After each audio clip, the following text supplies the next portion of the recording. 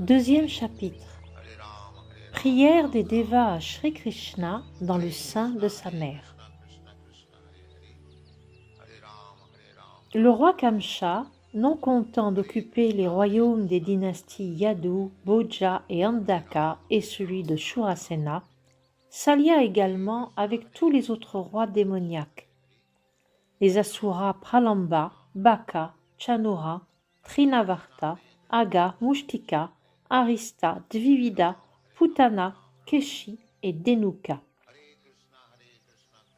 En ces temps, le roi Jarasandha régnait sur la province de Magadha, connue aujourd'hui comme l'État du Bihar. Ainsi, par des manœuvres diplomatiques, Kamsa put constituer, sous la protection de Jarasandha, le plus puissant royaume de son temps. Il rechercha encore l'alliance de rois tels Banasura et Bhaumasura, jusqu'à ce qu'il devienne enfin le plus fort. À partir de ce moment-là, il commença de montrer ses intentions hostiles à l'extrême envers la dynastie Yadu, au sein de laquelle allait apparaître Krishna. Persécutés par Kamsa, les rois des dynasties Yadu, Bhoja et Andaka se réfugièrent en différents états, tels ceux des Kuru et des Panchala, et ceux du nom de Kekaya, Shalva, Vidarbha, Nishada, Videha et Koshala. Kamsa brisa l'union dans les royaumes Yadu, Bhoja et Andaka, devenant ainsi le roi le plus puissant sur les vastes terres connues à l'époque sous le nom de Bharatvarsha. Lorsque Kamsa tua l'un après l'autre les 6 premiers enfants de Vasudeva et Devaki, nombreux furent parmi ses proches ceux qui l'implorèrent de mettre un terme à ses actes odieux. Mais tous finirent par le suivre et lui rendre un culte. Devaki fut enceinte pour la 7e fois. En son sein apparut l'émanation plénière de Krishna nommée Ananta. Devaki fut tout ensemble submergée de joie et de tristesse. De joie car elle était consciente que Shri Vishnu avait pris refuge en son sein, de tristesse car elle savait qu'aussitôt que l'enfant verrait le jour, Kamsa le ferait périr. Alors Shri Krishna, la personne suprême, pris de compassion pour les Yadus et pour la terrible condition où les avaient réduits les actes abominables de Kamsa, ordonna d'apparaître à Yogamaya, sa puissance interne. Krishna est certes le Seigneur de l'univers tout entier, mais tout particulièrement le Seigneur de la dynastie Yadu. Yogamaya représente la puissance principale de Dieu, la personne suprême.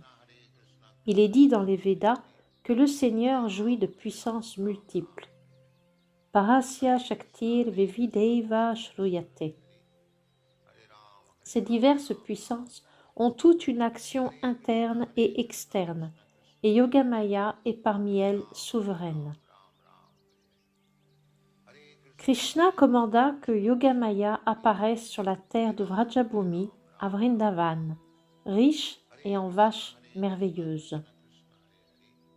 Là vivait dans la demeure du roi Nanda et de la reine Yashoda, Rohini, l'une des épouses de Vasudeva.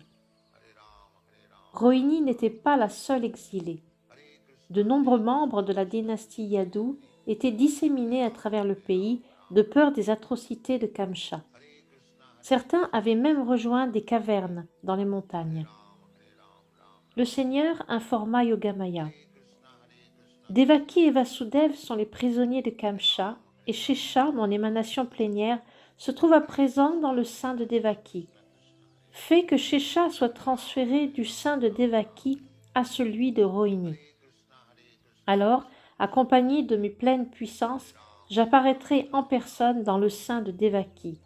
Ainsi, je serai le fils de Vasudeva et Devaki. Quant à toi, tu apparaîtras comme la fille de Nanda et Yashoda à Vrindavan. Et parce que tu apparaîtras comme une sœur de mon âge, les hommes de par le monde t'adoreront par de riches offrandes, de l'encens, des bougies, des fleurs, et aussi par des sacrifices. Tu combleras vite leur soif du plaisir des sens. Les matérialistes auront pour toi un culte, sous tes diverses formes, tes émanations Durga, Bhadrakali, Vijay, Vaishnavi, Kumuda, Chandika, Krishna, Madhavi, Kanyaka, Maya, Narayani, Ishani, Sharada et Ambika. Krishna et Yogamaya apparurent donc comme frères et sœurs, le puissant suprême et la puissance suprême. Bien qu'on ne puisse établir de franches distinctions entre le puissant et la puissance reste toujours subordonnée au puissant. Les matérialistes vouent leur adoration à la puissance, les spiritualistes au puissant. Krishna est le puissant suprême et Durga la puissance suprême en ce monde. En fait, dans la culture védique, l'adoration se porte à la fois vers le puissant et vers la puissance. Il existe des centaines de milliers de temples à Vishnu et Devi que parfois on adore ensemble. Les adorateurs de la puissance, Durga ou l'énergie externe du Seigneur, obtiendront aisément toutes sortes de fruits matériels. Mais quiconque désire s'élever au niveau spirituel doit s'engager dans l'adoration du puissant, dans la conscience de Krishna. Le Seigneur a donc révélé à Yogamaya que son émanation plénière, Anantashesha, se trouvait dans le sein de Devaki. Parce qu'irrésistiblement attiré jusque dans le sein de Rohini, on connaîtra désormais ce dernier sous le nom de Shankarshan, et il sera la source de toute puissance spirituelle, ou Bala, grâce à qui on aura accès à la félicité la plus haute, Ramana. Ainsi, après son apparition, l'émanation plénière Ananta sera connue soit comme Sankarshan, soit comme Balaram. Les Upanishads enseignent Nayamatma Balahinna Labhya, ce qui signifie que nul ne peut atteindre le suprême ou une forme quelconque de réalisation spirituelle sans avoir été suffisamment favorisé par Balaram. Bala ne désigne pas la force physique. Nul par la force physique ne peut atteindre la perfection spirituelle. Une telle perfection ne s'obtient que par la force spirituelle qu'accorde aux êtres Balaram ou Sankarshan. Ananta ou Shesha est la force qui maintient toutes les planètes dans leurs positions respectives. Ce pouvoir cosmique est connu en ce monde sous le nom de la loi de gravitation. Mais ce nom recouvre en fait la manifestation du pouvoir de Sankarshan. Balaram ou Sankarshan est la force spirituelle ou encore le maître spirituel originel. C'est pourquoi Shri Nityananda Prabhu, qui est également une manifestation de Balaram, est reconnu comme le maître spirituel originel. C'est pourquoi aussi le maître spirituel représente Balaram, Dieu, la personne suprême, qui accorde la puissance spirituelle. Dans le Chaitanya Charitamrita, il est confirmé que le maître spirituel est la manifestation de la miséricorde de Krishna.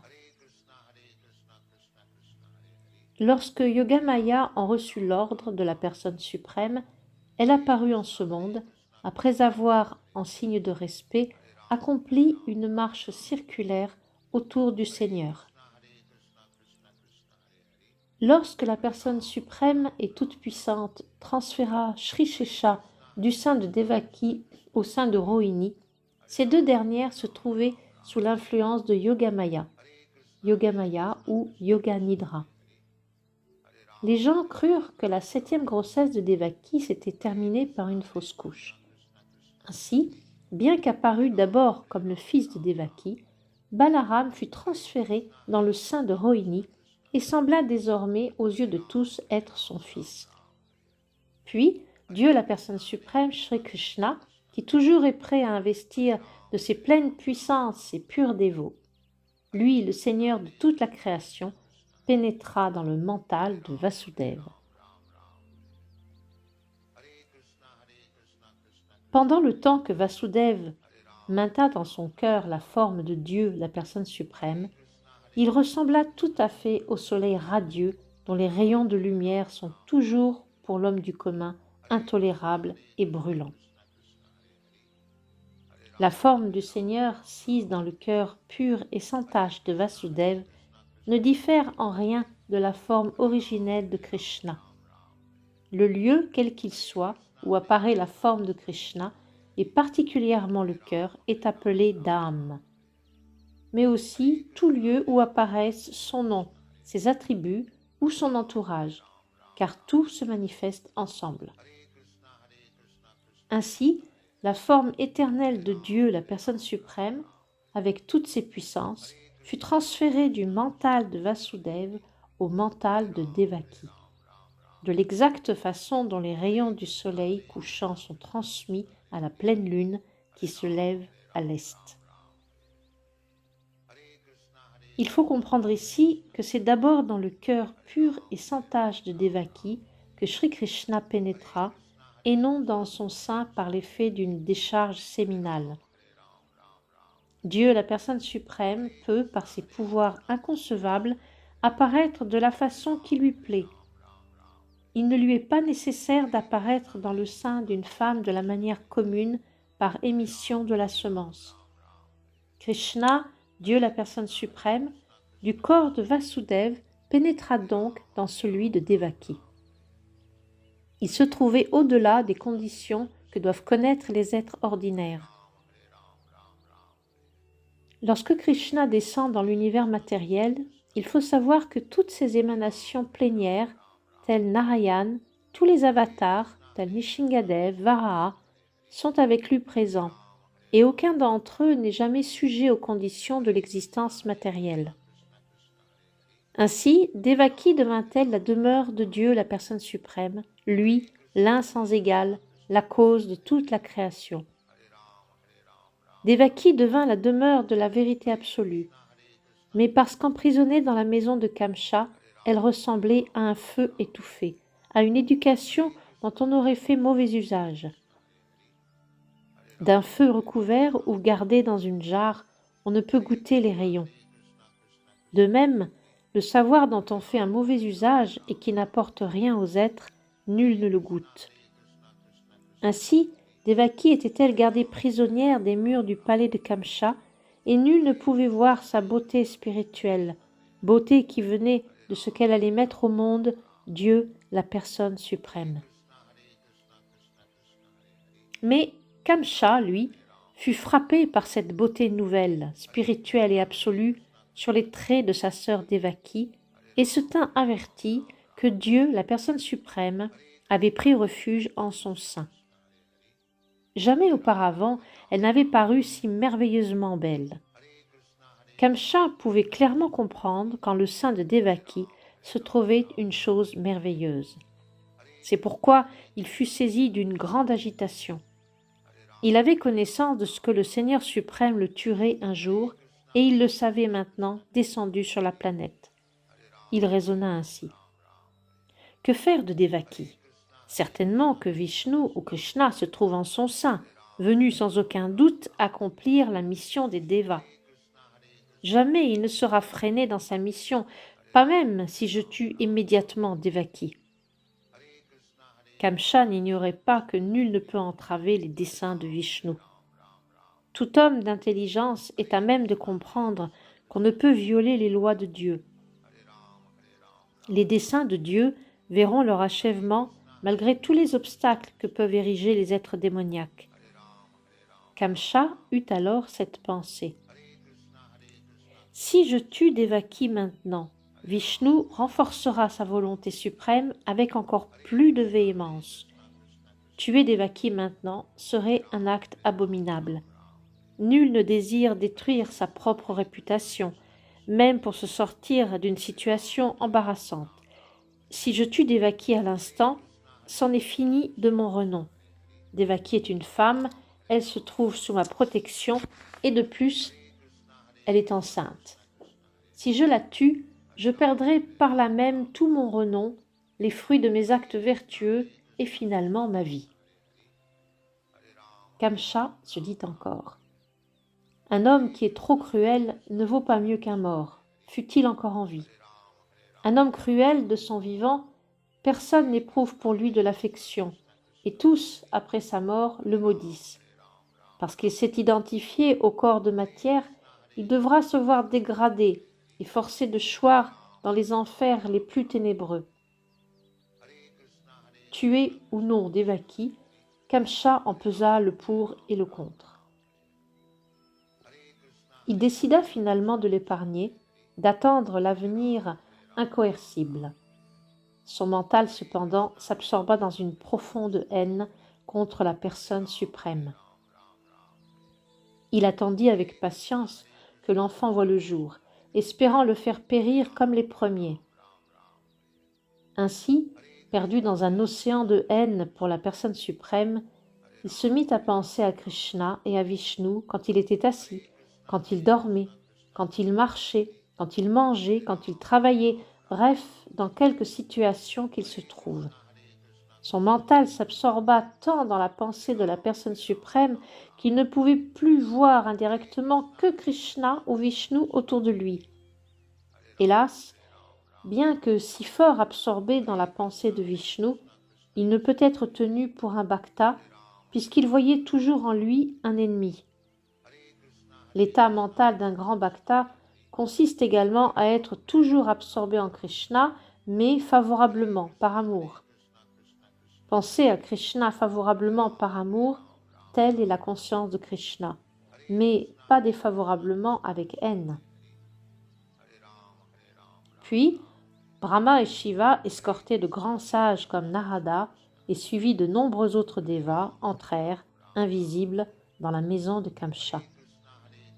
Tous adressèrent à Dieu, la personne suprême, des prières choisies qui sonnent doucement à l'oreille des bhaktas qui comblent leurs désirs. Leur première parole glorifiait le Seigneur, pour cela qu'il tient toujours ses promesses. Comme l'enseigne la Bhagavad Gita, Krishna descend en ce monde dans le seul but de protéger les hommes vertueux et d'anéantir les mécréants. Telle est sa promesse. Or, les Devas savaient que le Seigneur avait choisi d'habiter le sein de Devaki afin justement de tenir cette promesse. Les Devas étaient fort heureux de savoir que le Seigneur apparaîtrait afin d'accomplir sa mission et s'adressèrent à lui en le nommant Satyapara, la vérité suprême et absolue. Consciemment ou inconsciemment, tous recherchent la vérité. Et de ceux qui le font en toute conscience, on dira que la philosophie est au fondement de leur existence. Les Devas enseignent que la vérité suprême et absolue est Krishna. Celui qui devient pleinement conscient de Krishna peut atteindre la vérité absolue, car Krishna et la vérité absolue ne font qu'un. Une vérité relative ne peut demeurer vraie dans les trois phases du temps éternel. Le temps éternel a trois pôles, le passé, le présent et le futur. Or, que ce soit dans le passé, le présent ou le futur, Krishna reste la vérité absolue. L'univers matériel tout entier est sous le contrôle du temps suprême dans ses aspects de passé, présent et futur. Krishna, lui, existe avant la création. Au moment de la création, tout repose en lui. Quand la création prend fin, lui seul demeure. Il est et reste donc la vérité absolue de tout temps et en toutes circonstances. S'il existe en ce monde quelque vérité, elle émane certes de la vérité suprême, Shri Krishna. S'il existe en ce monde quelque opulence, quelque renom, quelque puissance, quelque sagesse ou quelque enseignement, Krishna en est certes la cause. Krishna est donc la source de toutes les vérités relatives. L'univers matériel se compose essentiellement de 5 éléments: la terre, l'eau, le feu, l'air et l'éther, et tous émanent de Krishna. Les hommes de science matérialistes soutiennent que ces 5 éléments primaires sont la cause de la manifestation matérielle, mais ils ignorent qu'à leur état grossier aussi bien que subtil, ces éléments tirent leur origine de Krishna. Les êtres vivants qui agissent dans le cadre de l'univers matériel, eux aussi émanent de Krishna et appartiennent à son énergie marginale. Le 7e chapitre de la Bhagavad Gita dit clairement que les mondes matériels dans leur entier sont une combinaison des 2 sortes d'énergie de Krishna, l'énergie supérieure et l'énergie inférieure. Les êtres vivants constituant l'énergie supérieure et les éléments matériels inertes, l'énergie inférieure. Enfin, à l'état non manifesté, toute chose demeure en Krishna. Les Devas continuèrent d'offrir avec respect leurs prières à la forme suprême de Dieu Shri Krishna en procédant à une étude analytique de la manifestation matérielle. Qu'est-ce que cette manifestation matérielle? Elle ressemble tout à fait à un arbre. Comme un arbre se tient sur le sol, l'arbre de la manifestation matérielle se tient sur le sol de la nature matérielle. On la compare à un arbre car tout arbre finira par être abattu. En sanskrit, on désigne l'arbre du nom de vriksha. Or, vriksha signifie ce qui finira par être abattu. C'est pourquoi on ne peut accepter cet arbre de la manifestation matérielle comme la vérité ultime. La manifestation matérielle est sujette à l'influence du temps. Le corps de Krishna est éternel. Krishna existait avant elle. Il existe pendant sa durée et après elle, il continuera d'exister. La Katha Upanishad, elle aussi, donne l'image de l'arbre de la manifestation matérielle se tenant sur le sol de la nature matérielle. Cet arbre porte 2 sortes de fruits, la joie et la peine. Sur lui sont perchés 2 oiseaux. L'un d'eux, c'est le Paramatma, l'âme suprême localisée, Krishna tel qu'il est ici dans le cœur de chacun. L'autre, c'est l'âme individuelle, l'être distinct. L'être distinct mord dans les fruits de la manifestation matérielle. Parfois, il goûte au fruit du bonheur, parfois à celui de l'angoisse, de la détresse. Le second, l'âme suprême, aucun des 2 fruits ne l'attire, car il trouve en lui-même la satisfaction. La Katha Upanishad l'enseigne, l'un des oiseaux sur l'arbre du corps mange les fruits de l'arbre, tandis que l'autre se contente de l'observer. Les racines de cet arbre s'étendent en 3 directions. Ces racines, ce sont les 3 gunas, vertu, passion et ignorance. De même qu'un arbre grandit par la force de ses racines, l'être prolonge son séjour dans l'univers matériel selon la force de son contact avec les 3 gunas. Les fruits de l'arbre ont 4 saveurs: la piété, l'accumulation de biens, le plaisir des sens et la libération. Selon les contacts de l'être avec les gunas, il goûte à différentes sortes d'actes de piété, d'efforts d'enrichissement, de plaisir d'essence, puis, en dernier lieu, de libération. Tout acte matériel est pratiquement accompli dans l'ignorance, mais puisqu'il existe 3 gunas, l'ignorance parfois se couvre de vertu ou encore de passion. La saveur de ces fruits matériels est perçue à travers les 5 sens. Or, les 5 organes des sens par quoi est acquis le savoir sont exposés à 6 coups de fouet: l'affliction, l'illusion, l'infirmité, la mort, la faim et la soif. Le corps matériel s'étage en 7 strates: la peau, les muscles, la chair, la moelle, les os, la graisse et la semence. On compte 8 branches à l'arbre de la manifestation matérielle: la terre, l'eau, le feu, l'air, l'éther, le mental, l'intelligence et le faux ego. Le corps matériel s'ouvre par 9 portes: les 2 yeux, les 2 narines, les 2 oreilles, la bouche, l'orifice génital et l'anus.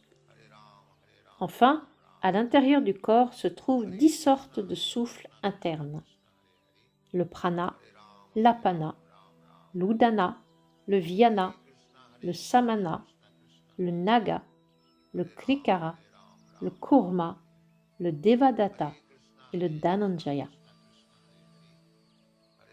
La racine, la cause de la manifestation matérielle, ainsi décrite, est Dieu, la personne suprême, qui se multiplie et prend charge des 3 gunas. Vishnu prend la charge de la vertu, Brahma de la passion et Shiva de l'ignorance. Brahma par la passion met au jour cette manifestation, Vishnu par la vertu la maintient et Shiva par l'ignorance la détruit. La création tout entière repose en dernier lieu dans le Seigneur suprême, cause ultime de la création, du maintien et de la destruction. Enfin, lorsque se trouve dissoute l'entière manifestation, elle repose dans le corps du Seigneur suprême sous la forme subtile de son énergie. Voilà ce que chantèrent les Devas dans leurs prières. Le Seigneur suprême Shri Krishna maintenant apparaît pour que dure et se maintienne la manifestation cosmique. Il n'existe en vérité qu'une seule cause suprême, mais égarés par l'influence des 3 gunas, les hommes de moindre intelligence croient voir plusieurs causes à la manifestation de l'univers matériel. Les hommes d'intelligence, eux, n'en voient qu'une, Krishna. Comme l'enseigne la Brahma Samhita, Sarva Karana Karanam. Krishna, Dieu la personne suprême, est la cause de toutes les causes. Brahma est un être doté par Krishna du pouvoir d'assumer la création de l'univers matériel. Vishnu est l'émanation de Krishna qui prend en charge le maintien de l'univers matériel, et Shiva, celle qui veille à la destruction de cet univers. Ô cher Seigneur, continuèrent de prier les Devas, il est bien difficile de comprendre ta forme véritable, éternelle, ta forme personnelle, parce que la généralité des êtres s'en montre incapable. En personne, tu descends sur ce monde pour montrer à tous ta forme originelle et éternelle. Car si les hommes peuvent arriver à comprendre la nature de tes diverses manifestations, nul d'entre eux n'accède à l'entendement de ta personne, puisque tu te présentes en ta forme éternelle de Krishna à 2 bras et agissant au sein de la société des hommes comme si tu lui appartenais. Cette forme de toi procure une félicité spirituelle sans cette croissance à tes dévots. Mais pour les abhaktas, cette même forme est le péril majeur. Comme l'enseigne la Bhagavad Gita, Paritritanya sadhunam. Krishna comble en tout point les sadhus. Mais pour les asuras, Krishna représente une grande menace, car c'est également pour les faire périr qu'il descend en cet univers. Il est donc à la fois celui qui satisfait les bhaktas et celui que craignent les asuras. Cher Seigneur, toi aux yeux pareils au lotus, tu es la source même de la pure vertu.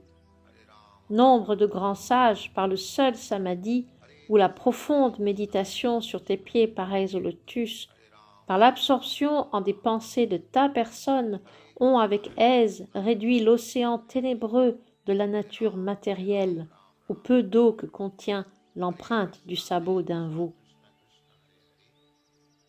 Le but de la méditation, c'est de concentrer le mental sur Dieu, la personne suprême, en partant de ses pieds pareils au lotus. Par la simple méditation sur les pieds pareils au lotus du Seigneur, de grands sages ont traversé sans déboire le vaste océan de l'existence matérielle. Ô toi qui n'as besoin d'aucune autre source de lumière sinon toi-même, les grands saints qui ont traversé l'océan de l'ignorance sur la nef absolue de tes pieds pareils au lotus ne l'ont pas gardée pour eux seuls, ne l'ont pas échouée sur l'autre rive. Elle demeure sur la rive d'ici. Les dévas usent d'une fort belle image. Si, pour traverser une rivière, nous prenons un bateau, il faut bien qu'il nous garde en lui jusqu'à l'autre berge. Aussi, lorsque cette dernière est atteinte, comment le bateau pourrait-il encore accueillir des voyageurs là d'où il est parti? Les dévas, dans leurs prières, répondent à cette question.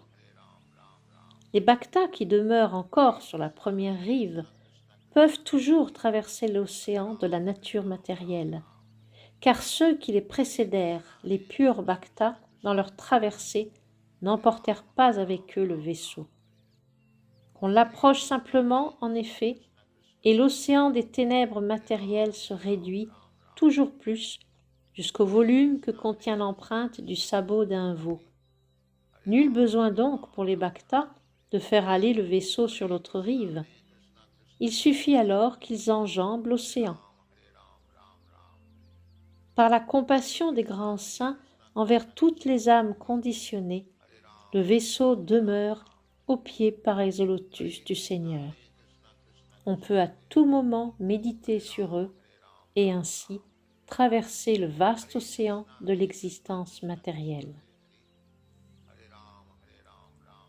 La méditation véritable, c'est la concentration du mental sur les pieds pareils au lotus du Seigneur.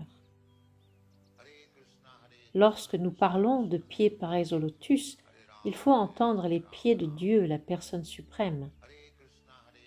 Les impersonnalistes refusent d'accepter l'existence des pieds pareils au lotus du Seigneur et doivent donc, pour leur méditation, se choisir quelque autre objet, cette fois impersonnel.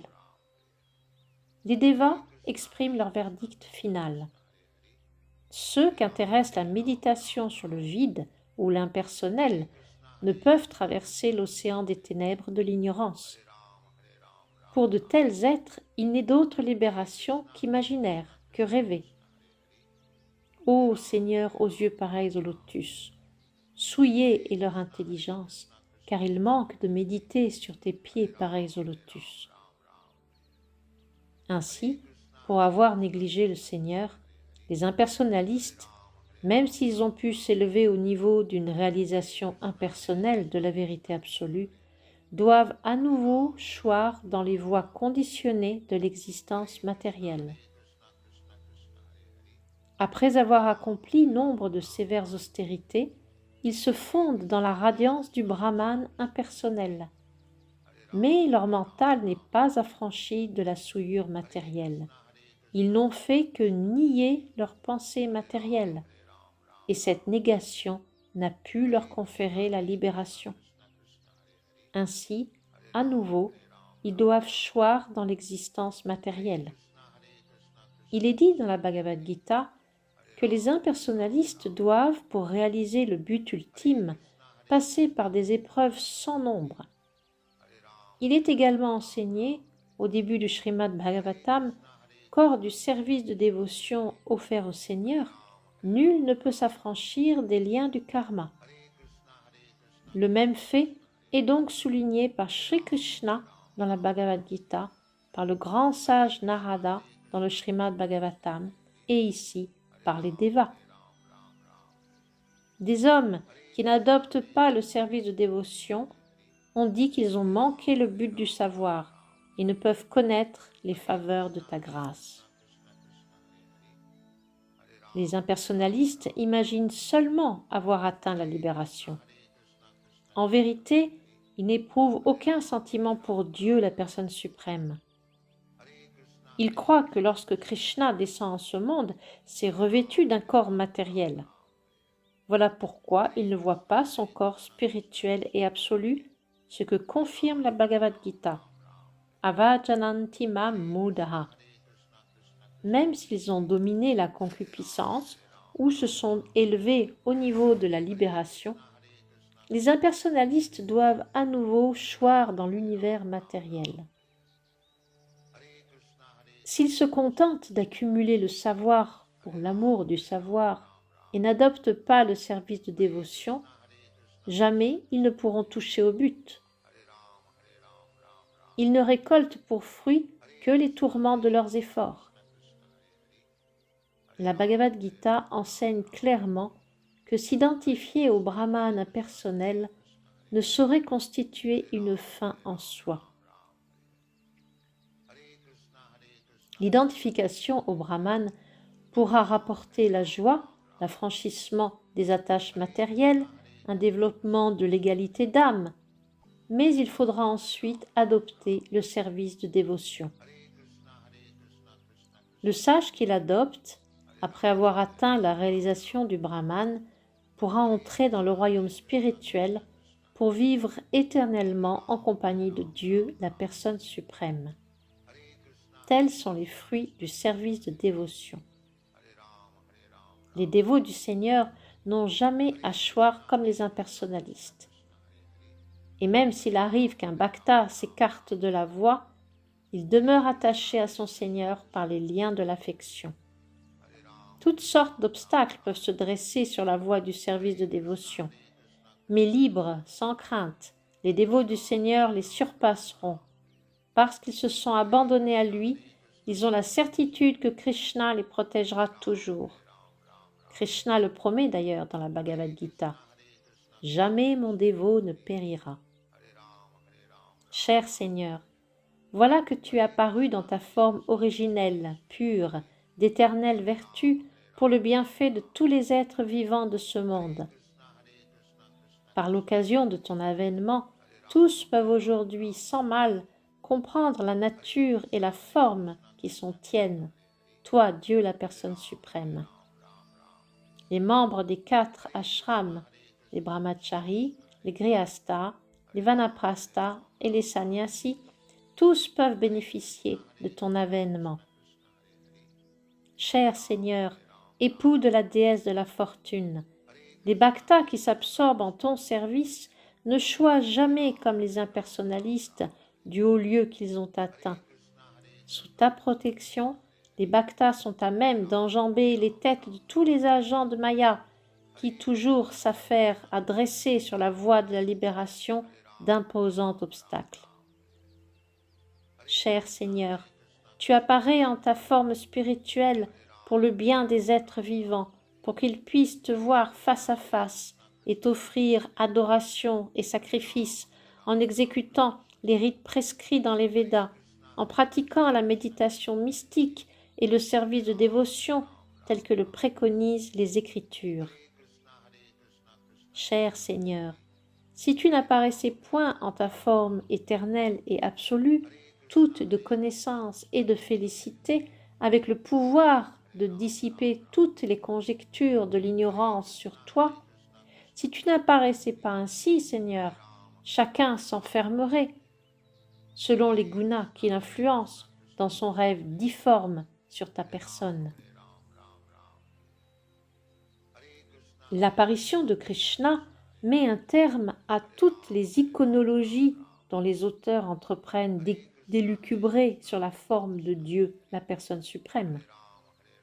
Chacun se fait une idée de la forme de Dieu selon le guna qui l'influence. La Brahma Samhita enseigne que Dieu est la personne originelle, l'ancêtre de tout. On trouve donc des esprits religieux qui imaginent Dieu fort âgé, le représente tel un vieillard. Mais la même Brahma Samhita dit encore, bien qu'il soit le plus ancien de tous les êtres, sa forme éternelle garde toujours fraîcheur et jeunesse. Les mots exacts dont use à ce propos le Srimad Bhagavatam sont Vijnanam Ajnanabid Apamarjanam. Le Vijnan, c'est le savoir absolu de la personne suprême, mais aussi le savoir réalisé. Le savoir spirituel et absolu doit être reçu par un processus descendant à travers une succession de maîtres de la façon dont Brahma transmet dans sa Brahma Samhita la connaissance de Krishna. La Brahma Samhita relève du Vijnana, car elle est le fruit de la réalisation de Brahma lors de son expérience spirituelle. C'est après les avoir réalisés dans la pratique que Brahma présenta la forme et les divertissements de Krishna en sa demeure absolue. Le terme sanskrit Agyanabhid désigne ce qui peut rivaliser avec toutes les formes de spéculation intellectuelle. Enfermés dans leur ignorance, les hommes sont réduits à imaginer la forme de Dieu. Parfois même, ils le conçoivent sans forme, quand l'imagination leur dicte le sans forme.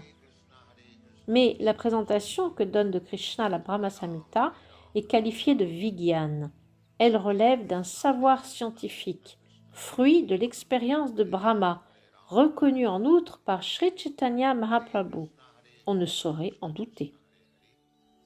La forme de Shri Krishna, sa flûte, son teint, tout est pure réalité. Il est dit ici que ce Vijnana met en échec les miroitements du savoir spéculatif sous toutes ses facettes. Aussi, poursuivirent les Devas, si tu n'apparaissais pas en tant que Krishna tel que tu es, ni l'Agyanabhid ni le Vijnana ne verraient le jour. Agyanabhid apamarjanam. À ton apparition, le savoir spéculatif, ténébreux est forcé de se dissiper, et le savoir véritable, fruit de l'expérience vécue par les autorités spirituelles comme Brahmaji, est établi. Les hommes, soumis à l'influence des trois gunas, créent de toutes pièces leur propre Dieu, selon les gunas spécifiques dont ils sont la proie. Nombreuses sont les formes sous lesquelles on a présenté Dieu, mais ton apparition établira la véritable. L'erreur la plus grossière dont se rendent coupables les impersonnalistes est certes de croire que lorsque Dieu descend en cet univers, il revêt une forme relevant peut-être de la vertu, mais toujours matérielle. En vérité, la forme de Krishna, de Narayana, se situe au-delà de tout concept matériel. Même le plus grand des impersonnalistes, Shankaracharya, bien que soutenant que la création matérielle a pour cause la manifestation impersonnelle, avyakta, de la matière, ou la matière dans son entier à l'état non manifesté, dut admettre que Krishna, Narayana, est au-delà de cette création matérielle. Narayana Pavo Vyakta. Afin de définir cette position du Seigneur, le Srimad Bhagavatam use des mots Shuddha Sattva, ou au-delà de la matière. Krishna n'est pas plus soumis à la vertu qu'à la passion ou l'ignorance. Il les transcende toutes. Il appartient au niveau spirituel et absolu, tout de félicité et de connaissance. Cher Seigneur, lorsque tu apparais dans cet univers sous la forme de différents avatars, tu portes différents noms, tu prends différentes formes selon la diversité des circonstances. On t'appelle Krishna parce que tu es infiniment fascinant, et Shyamasundar en raison de ta beauté toute spirituelle. Shyam signifie noirâtre. Il est dit cependant que ta beauté dépasse celle de milliers de Kandarpa, Cupidon. Kandalpa Koti Kamanya. Ta carnation est celle d'une nuée d'orage, mais parce qu'elle est la beauté de l'absolu, elle fascine bien plus que celle délicate de Kandarpa. On t'appelle parfois Giridhari, car tu soulevas la colline Govardhan, et encore Nanda Nandana, ou Vasudev, ou Devaki Nandana, car tu apparais en tant que fils de Maharaj Nanda, de Vasudev ou de Devaki. Les impersonnalistes croient que tes nombreux noms, tes nombreuses formes recouvrent chacun des actes, des attributs matériels, mais c'est parce qu'ils te voient d'un œil matériel. Cher Seigneur, l'accès à l'entendement de ta personne ne réside point en l'étude spéculative de ta nature, de ta forme et de tes actes absolus. On ne pourra comprendre ta nature absolue, ta forme sublime, ton nom et tes attributs qu'à travers le service de dévotion. En vérité, seul celui qui désire, fût-ce seulement quelque peu, servir tes pieds pareils au lotus, peut comprendre ta nature, ta forme, tes qualités absolues. Les autres auront beau pendant des milliers d'années se livrer à des conjectures sur ta personne, jamais ils ne pourront saisir la moindre lueur de ta nature véritable. En d'autres mots, Dieu, la nature, la personne suprême, Shri Krishna, ne peut être compris par les abhaktas, pour qui ces véritables aspects se trouvent voilés par la yoga maya. Et Krishna, dans la Bhagavad Gita, le confirme. Naham prakasha sarvasya. Je ne me montre pas à tous et à chacun. Krishna est descendu sur terre en personne, et tout le monde a pu le voir sur le champ de bataille de Kurukshetra. Tous, cependant, n'ont pu comprendre qu'il était Dieu. Mais tous les guerriers qui moururent en sa présence trouvèrent une libération totale de l'existence matérielle et rejoignirent le monde spirituel. Ô Seigneur, les impersonnalistes et les abhaktas ne peuvent concevoir que ton nom ne diffère en rien de ta forme. Parce que le Seigneur est absolu, il n'existe aucune différence entre son nom et sa forme véritable. En ce monde, le nom diffère de la forme. La mangue, le fruit diffère du mot qui la désigne. On ne peut savourer la mangue en faisant vibrer sur les lèvres. Une mangue, une mangue, une mangue. Mais le bhakta qui sait qu'aucune différence n'existe entre le nom et la forme du Seigneur chante et récite le mantra Hare Krishna, Hare Krishna, Krishna Krishna, Hare Hare, Hare Ram, Ram Rama, Hare Hare, et réalise ainsi la présence permanente à ses côtés de Krishna.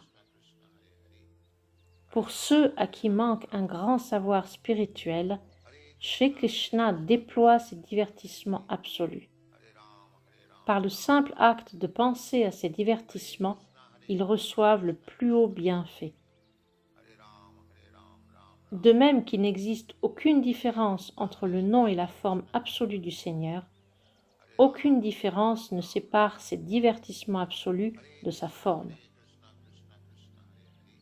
Pour les êtres humains de moindre intelligence, tels les femmes, les Shudras et les Vaishyas, le grand sage Vyasadeva écrivit le Mahabharata, où Krishna se manifeste à travers ses différentes activités. Le Mahabharata se présente sous forme de récit historique. Par l'acte simple d'étudier, d'écouter, de garder à l'esprit les activités absolues de Krishna qu'il rapporte, les hommes de moindre intelligence pourront progressivement s'élever au niveau des purs bhaktas. De ces purs bhaktas, qui toujours s'absorbent en la pensée des pieds pareils au lotus de Krishna et constamment servent le Seigneur avec amour et dévotion, en pleine conscience de Krishna, on ne doit jamais croire qu'ils vivent dans le monde matériel. Sri Rupa Goswami dit que ceux qui restent toujours engagés dans la conscience de Krishna par le corps, le mental et les actes doivent être tenus pour libérés, même s'ils habitent encore un corps de matière. Ce que corrobore la Bhagavad Gita.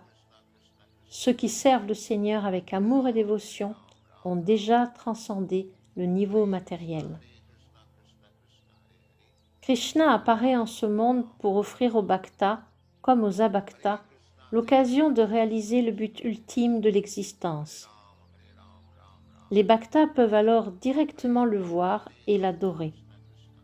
Ceux qui ne se situent pas encore à ce niveau obtiennent de s'y élever en se familiarisant avec ses actes, ses divertissements. Ô Seigneur, poursuivirent les dévas, parce que tu es non né, nous ne voyons d'autre cause à ton apparition que ton désir de prendre plaisir à tes divertissements. La Bhagavad Gita enseigne que le Seigneur descend en ce monde afin d'assurer la protection de ses dévots et la destruction des abhaktas, mais s'il apparaît, c'est plus pour prendre du plaisir avec les bhaktas que pour supprimer les abhaktas. En effet, la nature matérielle à elle seule peut se charger de cette annihilation. C'est automatiquement que se déroulent les mouvements de l'énergie externe, la création, le maintien et la destruction. Et pour ce qui est de tes dévots, ils reçoivent toute protection simplement en prenant refuge en ton saint nom, car ce nom ne diffère en rien de ta personne. Ainsi, lorsque Dieu, la personne suprême, descend en ce monde, il ne lui faut pas vraiment protéger les bhaktas et annihiler les abhaktas, mais il s'y livre pour son plaisir spirituel. Nulle autre raison donc à son apparition. Cher Seigneur, tu apparais maintenant comme le meilleur des membres de la dynastie Yadu, et nous déposons humblement à tes pieds pareils au lotus notre hommage respectueux. Avant d'ainsi paraître, tu te manifestas déjà en ce monde en tant que l'avatar poisson, l'avatar cheval, l'avatar tortue, l'avatar cygne, le roi Ramachandra, Parashuram et tant d'autres.